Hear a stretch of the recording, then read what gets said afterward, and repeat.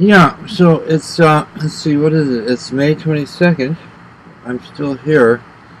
This is a kind of a brief interim record of how, what happens, what really happens, how you feel and everything else and kind of stuff that actually goes on when you get an eviction.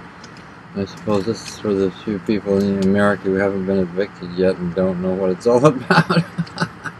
A bit of a joke, but I've never been evicted. I'm 70 years old. I've never had that problem. But now I'm getting to experience it, and it's a bit of a drama. So I thought I'd kind of share it and kind of make a little bit of a record of it. So you can see kind of more the sort of real things that actually go through the processes. Psychological mostly. The question is, of course, gosh, there you were in your cozy home, and then now something has happened. So, I was realizing today that, the thing is, in my understanding, what I've witnessed in my life, the Almighty is in charge of everything, and so things go along perfectly. In your heart, you might get all upset about something, but you try not to get upset because, there's an adventure to be had. After all, the whole point of coming here is not to see how comfortable you can get here in this difficult place. That's not it. It's about learning how things work in these different realms and what obtains, and kind of how realities of life, I suppose. Anyway, so this is an interim thing. We've already been to court, and they've delayed the court thing because we got a lawyer at the last minute. God was kind and gave us a lawyer, even though we don't have any funds, but we got a good lawyer, real estate lawyer. Yeah, a wonderful woman, aggressive and a little cute, I must say. She's a bit cute. But marvelous and very strict and strong about the law, and that's good. That's what you want in a lawyer. Sees what's possible and what's not. Yeah, so that kind of stirred things up, and so then they delayed the jury thing, which is now, the court case, which is now going to take like 2 days. They're estimating 2 days, all the witnesses they have, just to get the causal eviction. Not so much for us, because we're just subtenants, but for the main tenant, who happens to be a member of the corporation. So you can see how that would be complicated. The corporation that's evicting. So it's a family member. Some members of the family wanting to sell the ranch, and others not wanting to. But the others have dwindled down now. It's only Dave and his sister Becky, and she's nowhere to be found. So it's a kind of a one-sided battle. But the thing that I mostly wanted to mention today was that I was realizing, this morning, the thing is,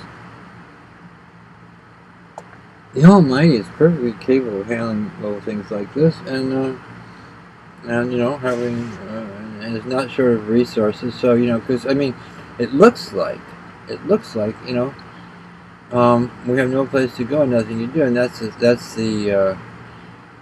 the hinge pin upon which the fears come flowing in. But we really have to overcome that because God does know what to do, and God, as far as I can tell, and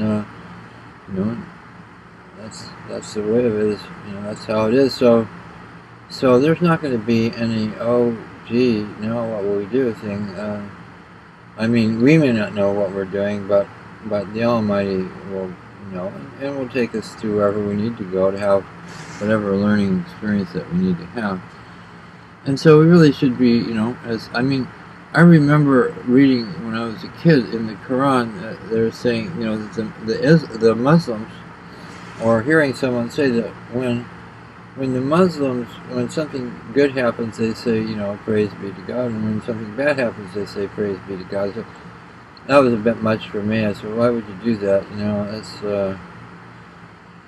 you know, that's being a bit mystical. But finally, after a very long period of time, you know, it's been 50 years since I first heard that, probably something like that, maybe 45 years. Well, I'm starting to see the point of it because if you can understand that what is happening here is the point of it is for the soul to grow, as far as I know, and to grow, to become something more than what you were, um, you know, because of your experience on the earth. Then and then it all makes sense. Makes sense. And in our case, one could see many reasons why it would be time for us to move. A certain kind of getting a bit like not much more to do here. Tried this and that, and now finally ended up in a pocket of the country, San Benito County. It's has the fifth highest unemployment rate in the nation. And so yeah, it's outwardly it's there's fear and trembling, to be sure, so to speak. But I mean, we're we're we're looking. I'm starting to see. No, I can't do that. I can't really go there, even outwardly. I have to see. I have to incorporate it into my understanding. It's for something. So it comes back. It's an interest because everybody's going to say it's going to be fine, and and then they're telling the guy you're going to be fine, and he dies at that moment. I've seen it in a movie. The guy's on a gurney and something happened. His friend told him you're going to be fine. Then he dies. And then they go on. Well, but there is substance to the notion that you are going to be fine, because you've learned. You're learning things, and that's what you're here for. And you have to know that if a teacher, for instance, even a teacher, just an ordinary teacher, a human being that we know, or someone in a human body, is good at what they do, and they arrange something and everything right, they'll, if they're good, they'll be successful, and they will get people to learn things, and they won't suffer, fools gladly. In other words, they won't they won't waste a lot of time and get distracted by doing other things. They have a main goal that they're looking at, and so you can kind of surmise that to a certain extent that's happening. Ooh, it's 8:11, and 8 minutes and 11 seconds. I don't want to go in too long with this. So just kind of an interim report where we're packing up.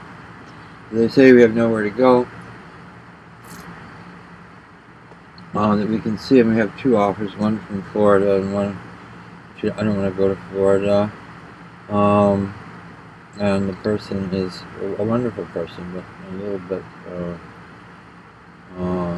volatile, and has a dog, and is mostly concerned about their dog, and not sure that would work out, actually, and I'm not getting any feeling right now. I mean, I love this woman, and I care about her, but I don't know that that would be the thing to do for me, to live under her roof or arrange to do something together. It's not coming up right now. We'll see about later. And then my stepdaughter, bless her heart, has offered to let us stay over there with her in Missouri. We're California people. Kind of feel like we should be here, and so we'll try to stay in California. But that is a possible thing that we could do, as the third world conditions start to become more pervasive in the United States. The lack of jobs, the lack of funds, the value of the money, the kind of dominance of the ruling class, the established class, the money class. People who have positions as opposed to people who don't have positions.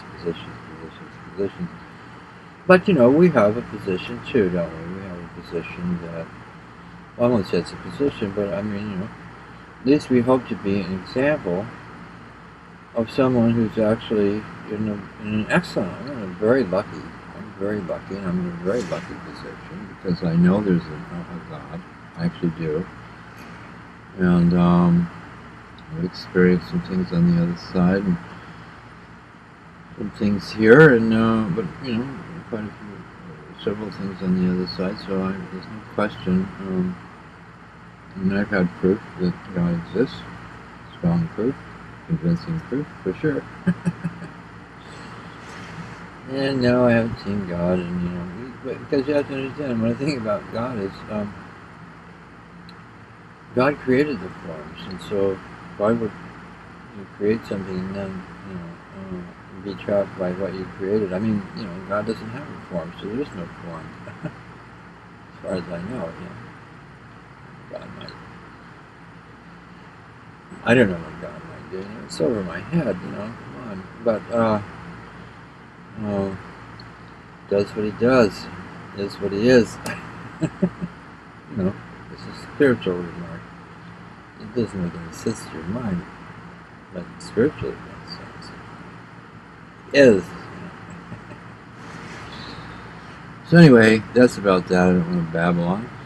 Just kind of, now we're going to move all our stuff out of our trailers into some storage units. We have a storage, somebody gave us a storage unit here. We can't keep here, but we're going to put everything in it. And we're going to try to get a hold of our lawyer who, we don't know how that's going to go because we don't know her very well, but she's been quite fun and wonderful and very giving so far. We're grateful for that. Okay, that's that. Okay, bye-bye.